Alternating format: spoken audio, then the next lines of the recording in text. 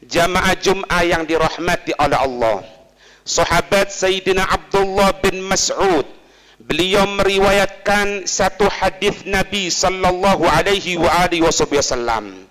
Rasul sallallahu alaihi wasallam bersabda, al-fajiru ar-raji rahmatallahi ta'ala aqraba ilallahi ta'ala minal abidil muqnit. Nabi menyatakan, seseorang yang ahli maksiat, yang dia sering tergelincir kepada perbuatan kemaksiatan, tapi ar-raji rahmatallahi ta'ala, tapi dia masih mengharapkan rahmatnya Allah ta'ala, maka keadaan orang tersebut aqraba, lebih dekat ilallahi, di sisi Allah subhanahu wa ta'ala, minal abidil muqnit, daripada orang ahli ibadah tapi pesimis, tapi tidak mengharapkan rahmatnya Allah subhanahu wa ta'ala. Orang yang sering tergelincir kepada perbuatan kemaksiatan, sering tergelincir untuk melanggar perintah-perintahnya Allah subhanahu wa ta'ala, tetapi dia masih mengharapkan rahmatnya Allah, tetapi dia masih mengharapkan pengampunan Allah subhanahu wa ta'ala, orang tersebut lebih dekat kepada rahmatnya Allah daripada orang yang ahli ibadah tapi dia pesimis, tapi dia tidak ada perasaan akan mendapatkan rahmatnya Allah subhanahu wa ta'ala, meskipun dia ahli Quran, meskipun dia ahli zikir, meskipun dia ahli sholat. Dari Zaid bin Aslam, dari sahabat Umar radhiyallahu ta'ala anhu, anna rajulan kana fil umamil madiyati, ada seseorang dari umat-umat yang terdahulu, yaitu umat-umat sebelum umatnya baginda Rasul sallallahu alaihi wasallam, yajtahidu fil ibadati, dia ini bersungguh-sungguh di dalam beribadah, wa yushaddidu ala nafsih, dan dia ini tidak memberikan luang sedikit pun atas dirinya untuk tidak taat kepada Allah. Selalu dia, jiwanya itu diajak menuju Allah subhanahu wa ta'ala, bersungguh-sungguh ibadah kepada Allah subhanahu wa ta'ala. Tapi ada satu hal yang dia laksanakan. Apa itu? Wa yuqannitun nasa min rahmatillahi ta'ala. Tapi dia suka memberikan perasaan putus asa kepada manusia tentang rahmatnya Allah. Tidak pernah dia sampaikan tentang masalah rahmatnya Allah. Tidak pernah dia sampaikan, kalaupun dia menyampaikan tentang pengampunan Allah, tentang rahmatnya Allah, itu lebih sedikit dibandingkan kamu akan diazab, kamu akan masuk nerakanya Allah, kamu akan mendapatkan siksa, kamu ini, kamu itu. Sering dia seperti itu. Sering membuat orang itu putus asa atas rahmatnya Allah. Dia ahli ibadah. Dia bersungguh-sungguh di dalam ibadah kepada Allah subhanahu wa ta'ala. Tsumma mata. Kemudian orang tersebut meninggal. Faqala, maka ketika dia di peradilan Allah subhanahu wa ta'ala, sudah berhadapan dengan zatnya Allah subhanahu wa ta'ala untuk mendapatkan keputusan Allah subhanahu wa ta'ala, dia mengatakan kepada Allah subhanahu wa ta'ala, ya Rabbi, mali indak, ya Allah, apa yang aku terima dari sisimu? Kalau bahasa gampangannya gini, ya Allah, aku ahli ibadah, surga mana yang aku tempati? Aku ini tidak pernah memberikan ruang hawa nafsuku untuk maksiat kepadamu ya Allah. Bidadari mana yang akan kau berikan kepadaku? Rahmat apa yang akan kau berikan kepadaku ya Allah? Tapi apa jawaban Allah? Faqala, Allah menyatakan kepada orang tersebut, annar, kamu penduduk neraka, kamu masuk neraka, balasan dariku, dari Allah subhanahu wa ta'ala, neraka. Kaget, orang tadi kaget, kemudian mengatakan apa? Qala, ya Rabbi, fa aina ibadati wajtihadi, ya Allah, kalau memang aku dimasukkan neraka, lah terus bagaimana ibadahku? Bagaimana dengan usahaku? Aku ini mati-matian untuk ibadah kepadamu ya Allah. Aku ini sampai sering puasa sunnah, sampai kurus, sampai ini, sampai itu. Faqala, Allah menyatakan, innaka kunta tuqannitun nasa min rahmati fid dunya. Engkau ahli ibadah, engkau ahli taat, engkau selalu menjaga dirimu agar jangan bermaksiat kepadaku, tapi engkau di dunia tuqannitun nas, engkau suka membuat orang lain itu putus asa min rahmati, dari rahmatku fid dunya. Ketika di dunia kamu sering tidak pernah memberikan sedikit pun celah manusia untuk mengharapkan rahmatku. Kamu sering membuat manusia putus asa dari rahmatku ketika di dunia dulu. Fana uqannitukal yauma min rahmati. Sekarang ini aku akan buat dirimu engkau putus asa dari rahmatku. Aku akan buat engkau menyesal. Aku akan buat engkau tidak akan mendapatkan rahmatku sebagaimana engkau sering berbuat kepada manusia ketika di dunia. Na'udzubillah min dzalik. Hati-hati. Kita wajib untuk memberikan indhar kepada manusia, memberikan peringatan. Awas, kalau minum khamr akan seperti ini, kalau berzina akan seperti ini. Tapi jangan selalu orang itu dipojokkan sehingga merasa tidak ada rahmatnya Allah sama sekali. Sehingga orang tadi itu terbebani, sehingga orang tersebut tidak melihat bahwasanya rahmatnya Allah lebih dahulu dari kemurkaannya Allah subhanahu wa ta'ala. Ini makna bukan berarti kita biarkan orang bermaksiat kepada Allah. Lah, kita ingatkan dia. Jangan engkau maksiat, adabnya seperti ini. Jangan engkau berbuat dosa, adabnya seperti ini. Tapi berikan manusia tadi itu perasaan rahmat. Berikan manusia tadi itu merasa akan mendapatkan pengampunan Allah, akan mendapatkan rahmatnya Allah subhanahu wa ta'ala. Sahabat Abu Hurairah radhiyallahu ta'ala anhu, beliau meriwayatkan dari baginda Rasul sallallahu alaihi wasallam, anna rajulan lam ya'mal khairan qat. Ada seseorang yang dia ini tidak pernah berbuat kebaikan sama sekali. Illa tauhid. Kecuali apa? Mengesahkan Allah. Kecuali apa? Tidak mensyirikkan Allah. Kecuali apa? Tidak menduakan Allah subhanahu wa ta'ala. Falamma hadarahul mautu qala li ahlihi idza anta muttu fa ahriquni bin nar hatta tad'uni ramadan. Maka ketika kematian akan menjemput orang tersebut, dia mengatakan kepada keluarganya, kalau memang aku meninggal dunia, kalau memang aku wafat, bakar jasadku dengan api, sehingga engkau tinggalkan aku dalam keadaan sudah menjadi debu. Ini ingat, ini umat yang terdahulu. Umat yang terdahulu. Kalau umatnya Nabi Muhammad, wasiat model seperti ini tidak boleh. Karena apa? Maksiat bukan sesuatu bentuk pelanggaran kepada Allah Subhanahu wa taala. Wasiat tidak boleh bentuk maksiat. Wasiat harus taat kepada Allah. Kalau memang wasiat itu berupa pelanggaran syariat Allah, tidak boleh dilaksanakan, tidak sah wasiatnya. Lah terus bagaimana ini ceritanya ini? Ini umam al-qabilah, umat-umat yang terdahulu, umat-umat sebelum kita, syariatnya lain dengan kita. Dia mengatakan, kalau aku mati, bakar jasadku sehingga engkau meninggalkan aku sudah dalam keadaan debu. Summa daruni fil bahr fil yaumi rih. Debu tadi itu, debu yang sudah hasil dari pembakaran jasadku tadi itu, kumpulkan. Kalau waktu datang musim angin, debu itu engkau lemparkan ke tengah lautan. Dilemparkan di tengah lautan. Fafa'alu. Maka keluarganya melaksanakan apa-apa yang diwasiatkan tersebut.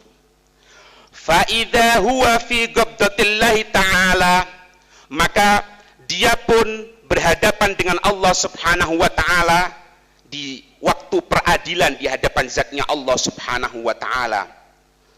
Qala Allah bertanya kepada orang tersebut, "Ma hamalaka ala ma fa'alta?" Hei hambaku, apa yang menyebabkan engkau berwasiat model seperti itu? Apa yang menyebabkan sampai engkau berwasiat kepada keluargamu dengan model seperti itu? Apa jawabannya hamba tadi itu? Qala makhafatuka.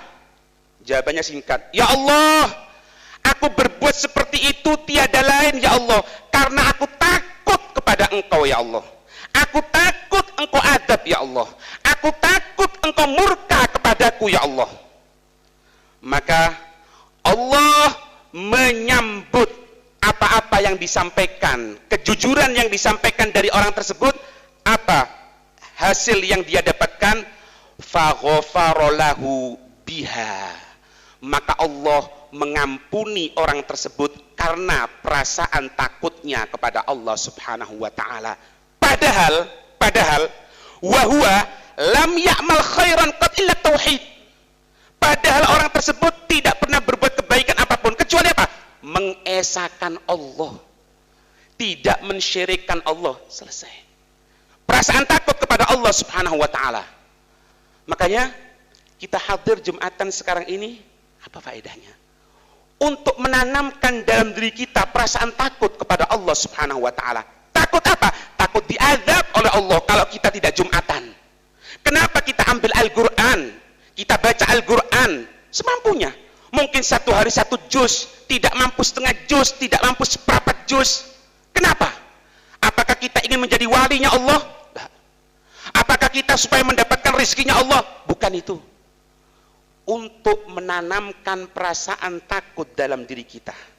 Perasaan takut yang ada dalam diri kita, kalau besar, di dalam pandangan Allah Subhanahu wa ta'ala, diimbangi dengan perasaan untuk pengharapan akan rahmatnya Allah, itulah yang dicari seorang hamba yang sesungguhnya. Makanya salah kalau kita misalnya setelah sore, kenapa kita baca surat Waqiah untuk supaya toko kita laris? Salah. Kita baca surat Waqiah untuk menanamkan perasaan takut dalam diri kita. Kenapa kita sholat duha? Meskipun banyak faedah yang diberikan oleh baginda Rasul, bahwasanya setiap sendi kita ini yang berjumlah 360, setiap harinya harus untuk disodakoi. Katanya Nabi, yakfika rok'atain minad duha. Engkau tidak perlu sodako 360 kali, cukup 2 rakaat sholat duha, engkau akan selamat. Tapi bukan itu sebetulnya tujuannya. Supaya apa? Supaya kita takut kepada Allah Subhanahu wa ta'ala. Antara waktu subuh sampai menjelang waktu duhur, jangan sampai kosong kita ibadah kepada Allah Subhanahu wa ta'ala. Berikan di antara itu meskipun 2 rakaat salat duha. Supaya apa? Kita takut. Jangan sampai antara subuh dan duhur kita maksiat sama Allah Subhanahu wa ta'ala. Perasaan takut kepada Allah Subhanahu wa ta'ala. Wa ala hadha hikayah anna rajulan mata ala ahdi Musa alaihi salam. Fakarihan nasu wasalahu wa dafanahu li fisqihi fa akhadhu bi rijlihi wa tarahuhu fil masbalah. Zaman Nabi Allah Musa dulu, ada seseorang ini yang mati, meninggal, manusia sekitarnya itu benci. Karena apa? Fasik. Ya kalau bahasanya kita, orang preman lah, suka ganggu orang. Males orang tadi itu. Sehingga apa? Mereka males mengurusi. Tidak mau mandikan, tidak mau nguburkan. Fakarihan nasu ghuslahu wa dafnahu li fiskihi. Manusia tidak senang untuk mandikan dia, untuk nguburkan dia. Karena apa? Li fiskihi, karena fasiknya. Kalau bahasanya kita orang, karena saking premannya. Muangkel orang. Sehingga apa? Fa'akhadu birijlihi. Ini jasad yang sudah terbujur ini, bukan diangkat, kakinya ditarik, diseret, kakinya diseret. Wa tarahuhu fil masbalah. Itu jasad diletakkan di sampah. Diletakkan di sampah. Ketika itu Allah Subhanahu wa ta'ala mewahyukan kepada Nabi Allah Musa. Allah menyatakan, ya Musa, mata rajulun fi mahallati fulan fil masbalah wa huwa waliyun min awliyai. Musa, katanya Allah Subhanahu wa ta'ala, hari ini ada seseorang mati, ada seseorang wafat di daerah fulan. Dia dilemparkan di sampah. Padahal dia wahwa waliyun min awliyai, padahal dia adalah waliku, orang yang aku cintai. Mereka penduduk tidak mau mandikan, Mereka penduduk tidak mau mengkafani. Mereka penduduk tidak mau untuk menguburkan. Fadhhab anta. Sekarang kamu berangkat wahai Musa.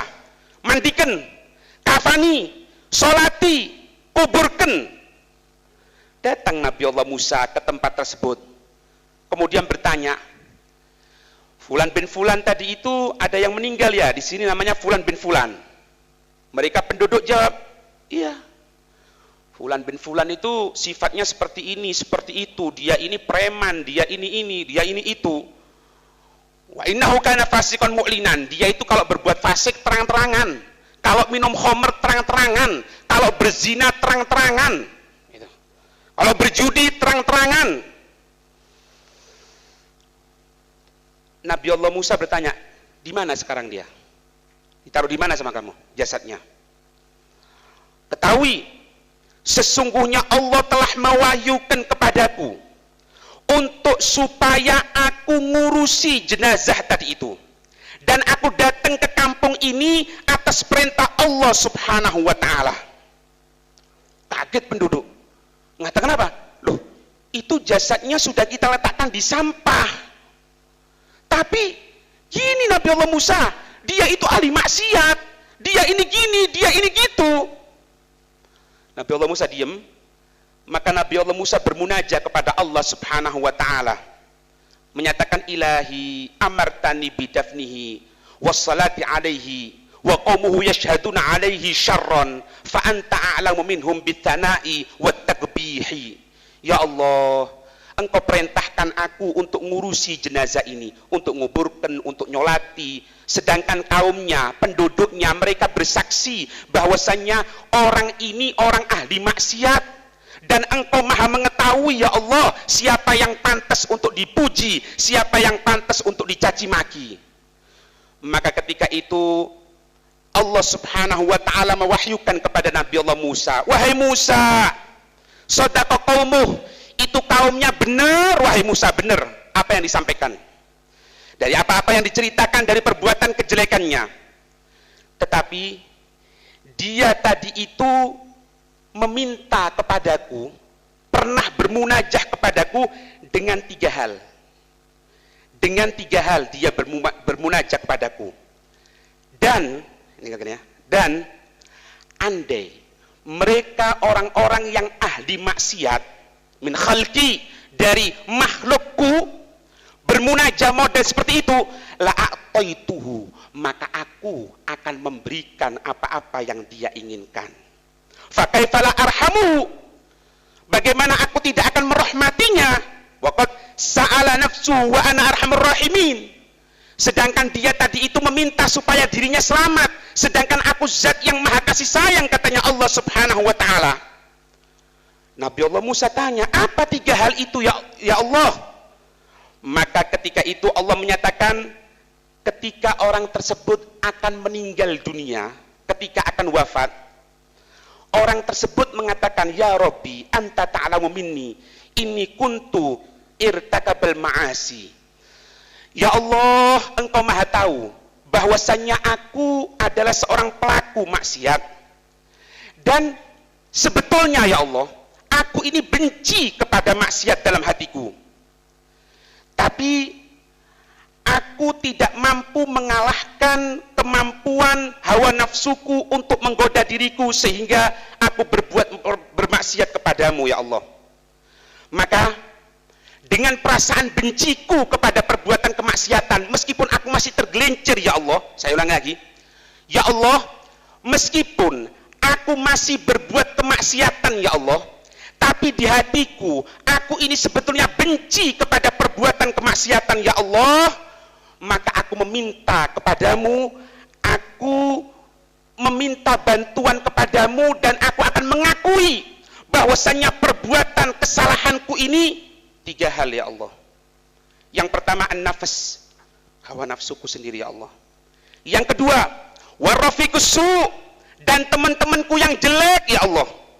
Yang ketiga, wal iblis, dan iblis ya Allah. 3 hal ini yang menyebabkan aku berbuat kemaksiatan. Ini perbuatan pertama, pengakuan kepada Allah Subhanahu wa ta'ala. Ngaku bahwasanya kita salah. Jangan kita benarkan perbuatan kita. Kalau memang salah secara syariat, katakan bahwasanya ini salah secara syariat. Lihat ini. Aku tahu ya Allah, aku berbuat kemaksiatan. Tapi demi Allah, demi Engkau zat yang maha adil ya Allah, demi Engkau zat yang maha rahman rahim ya Allah, perbuatan kemaksiatanku bukan murni dariku, tapi aku tergoda 3 hal ya Allah. Hawa nafsu, teman yang buruk, iblis ya Allah. Ini yang menyebabkan aku berbuat kemaksiatan. Pengakuan kepada Allah subhanahu wa ta'ala.